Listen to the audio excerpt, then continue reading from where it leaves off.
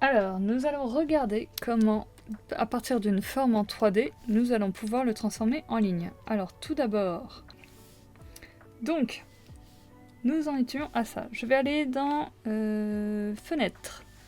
Ensuite, je vais cliquer sur Matériaux et Matériaux Download. D'ici, je vais aller chercher la voiture.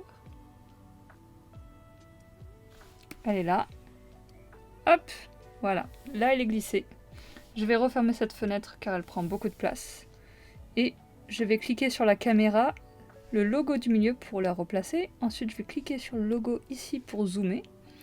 Et ensuite, je vais cliquer sur le logo et aller légèrement vers la gauche pour choisir l'orientation de ma caméra. Je vais remonter un petit peu. Je vais tourner encore légèrement pour changer l'orientation. Je vais zoomer. Voilà, ça me plaît. Et ensuite, une fois que cela est fait, il faut d'abord que je pixelise le calque avant de demander au logiciel de le transformer en ligne. Donc pour pixeliser, c'est très simple. Soit on va dans Calque ici, et ici il y a écrit pixeliser. Soit je vais cliquer sur le calque à droite. Et ici nous avons aussi pixelisé. Donc là c'est pixelisé, donc vous voyez, le logo en miniature s'est mis à plat. Ensuite, je vais aller, normalement ça doit être dans Calque, voilà, Calque. Et maintenant, je peux convertir en ligne et en trame. Je clique ici. Je vais cliquer sur Aperçu, si j'ai un ordi puissant. Sinon, on n'est pas obligé de cliquer directement dessus, mais c'est toujours bien de voir ce que ça va donner. Là, déjà, j'ai un premier aperçu qui me convient bien. Les lignes sont correctes. Alors, je peux cliquer sur Harmoniser les trames. Est-ce que ça marche? Oui. Pour avoir des trames déjà faites. Mais si j'ai envie de placer les trames par moi-même, je l'enlève. Ensuite, si j'ai envie de rajouter un petit peu plus de lignes, je peux toucher au petit bouton là au niveau du 30. Voilà, là je peux toucher au 50 par exemple, ça me met plus de lignes. Je peux toucher aussi au 80. Donc là il me met aussi plus de lignes, voilà, faut pianoter comme on dit, tester. On peut également demander à augmenter la largeur de la ligne, par exemple l'augmenter à 3. Je trouve que 2 c'est très bien. Voilà, bon ça change pas grand chose. Seuil de bord, je ne sais pas ce que ça fait, on ne va pas trop y toucher. Après, il y a deux processus de détection des bordures. Quand le numéro 1 me plaît pas, je teste le 2, mais si déjà ça vous plaît comme ça, c'est très bien. Et une fois que ça vous convient, ok. Donc là, on a notre super composition. Après, ça peut être... Ah ben, c'est beaucoup mieux maintenant que ça a été fait. Donc, le logiciel va créer un dossier avec les lignes et derrière le fond blanc. Vous pouvez supprimer le fond blanc, ce n'est pas important. Tac. Et là, je vais vouloir peut-être créer une case. Donc, je dézoome. Je vais aller dans l'outil case à gauche, ici, cadre rectangle, je remonte les outils là, et là je vais faire mon petit cadre là, pof, voilà, comme ça c'est très bien. Donc là, il se passe un peu n'importe quoi. Ce que je vais faire, c'est que je vais aller dans les calques, je clique sur contour, et je le mets ici à l'intérieur, et voilà.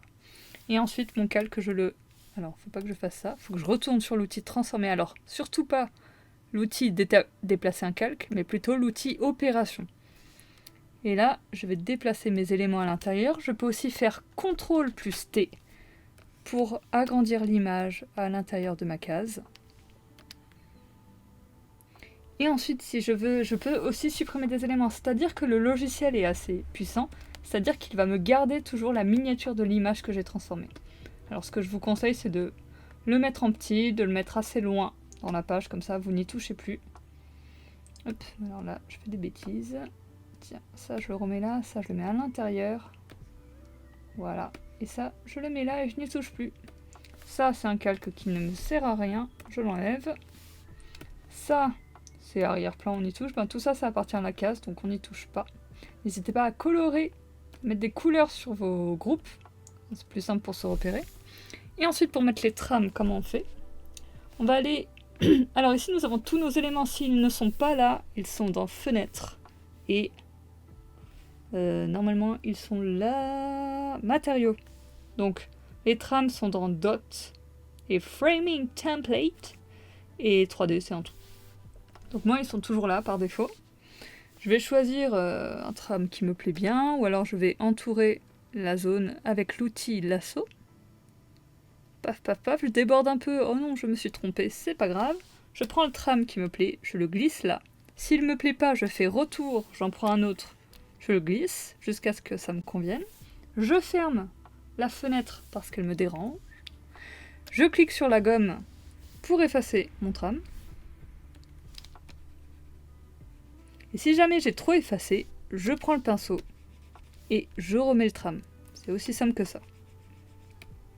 Et quand vous êtes satisfait du tram, n'oubliez pas de créer un nouveau calque, parce que peu importe où je suis dans le calque, je vais toujours créer du tram, donc il faut vraiment sortir du calque pour pouvoir continuer de dessiner par-dessus. Voilà, voilà, bon courage pour la colorisation, ne lâchez rien, le logiciel est dur à prendre en main au début, et après ça va tout seul. À bientôt!